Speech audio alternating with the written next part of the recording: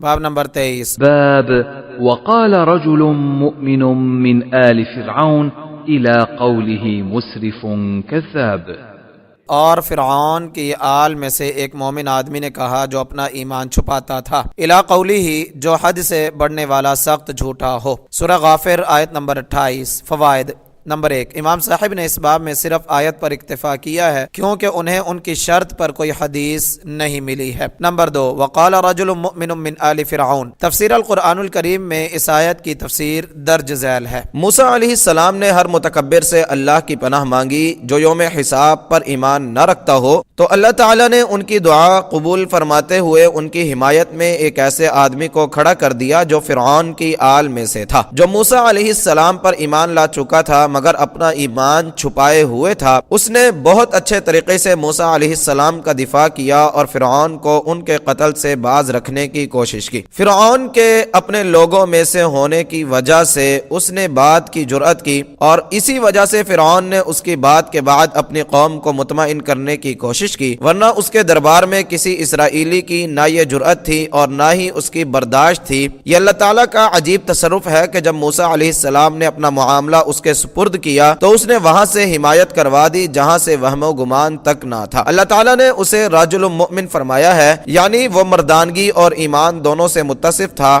اس کے مرد کامل اور مومن کامل ہونے کی دلیل یہ ہے کہ اس نے افضل جہاد کیا۔ سیدنا ابو سعید خدری رضی اللہ تعالی عنہ بیان کرتے ہیں کہ رسول اللہ صلی اللہ علیہ وسلم نے فرمایا، افضل الجہاد کلمۃ عدل عند سلطان جائر او امیر جائر۔ افضل جہاد ظالم بادشاہ یا ظالم امیر کے سامنے عدل کی بات کہنا ہے۔ ابو داود کتاب الملاحم باب الامر والنہی، حدیث نمبر 4344۔ بعض کہتے ہیں کہ یہ وہی شخص تھا جس نے اس سے پہلے فرعون کی مجلس میں موسیٰ علیہ السلام کے قتل کے مشورہ کی خبر انہیں پہنچائی تھی، جس پر وہ ہجرت کر کے مدین چلے گئے تھے، مگر اس بات کی تصدیق کا ہمارے پاس کوئی ذریعہ نہیں، البتہ اس میں شک نہیں کہ وہ بھی مرد کامل تھا۔ سنیے سورہ قصص آیت نمبر 20۔ مفسر رازی نے اپنا تجربہ لکھا ہے کہ میں نے اپنی ذات پر گزرنے والے حالات میں تجربہ کیا ہے کہ جب بھی کسی شریر نے میرے متعلق شر کا ارادہ کیا اور میں نے اس سے تعرض نہیں کیا بلکہ اسے اللہ کے سپرد کرنے پر اکتفا کیا، تو اللہ سبحانہ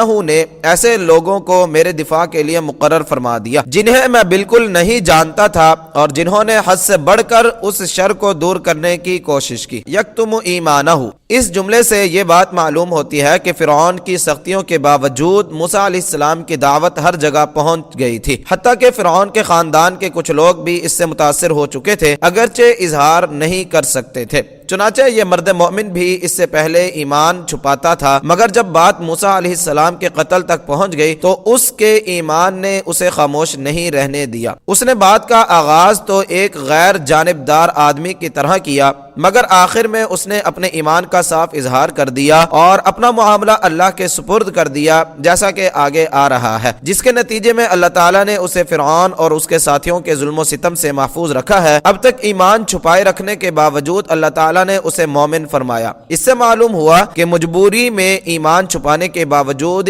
بندہ مومن رہتا ہے۔ مزید سنیے سورہ نحل آیت نمبر 106۔ نمبر 3، حافظ رحمہ اللہ نے اس مرد مومن کا نام بیان کرتے ہوئے لکھا ہے، کہا گیا ہے کہ اس کا نام شمعان تھا، طبری نے کہا اس کا نام حیزور تھا، اور کہا گیا ہے کہ حزقیل بن برحایا تھا، اور کہا گیا ہے اس کا نام حربیال تھا۔ یہ وہب بن منبع کا قول ہے، اور کہا گیا ہے حابوت تھا، اور ابن اسحاق سے روایت ہے کہ اس کا نام حبیب تھا، اور وہ فرعون کا چچا زاد تھا۔ اور وزیر ابو القاسم المغربی نے ادب الخواص میں ذکر کیا ہے کہ فرعون کے اس ساتھی کا نام حوتکہ بن سود بن اسلم تھا۔ فتح الباری۔ میں نے یہ ساری بات اس لیے نقل کی ہے کہ یہ فیصلہ نہیں ہوا کہ ان 7 ناموں میں سے اس کا اصل نام کیا ہے، اور یہ نام بتانے والوں میں سے کسی نے بھی اپنے قول کا معتبر ذریعہ ذکر نہیں کیا۔ حقیقت یہ ہے کہ کتب تفسیر اور شروح حدیث کے حسن کو ایسی ہی بے بنیاد باتوں نے داغدار کیا ہے۔ عوام الناس ایسی بے بنیاد بات سن کر اس کو صحیح سمجھ کر بیان کرنے لگتے ہیں۔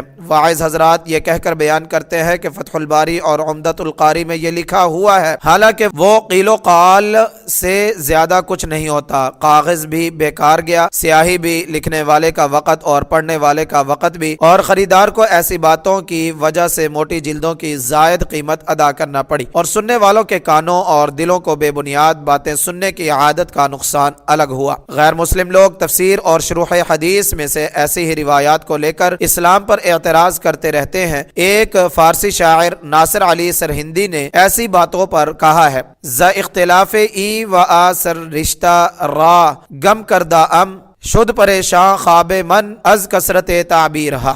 میں اس کے اور اس کے اختلاف کی وجہ سے اصل بات کو گم کر بیٹھا ہوں، میرا خواب تعبیروں کی کثرت کی وجہ سے بکھر کر رہ گیا ہے۔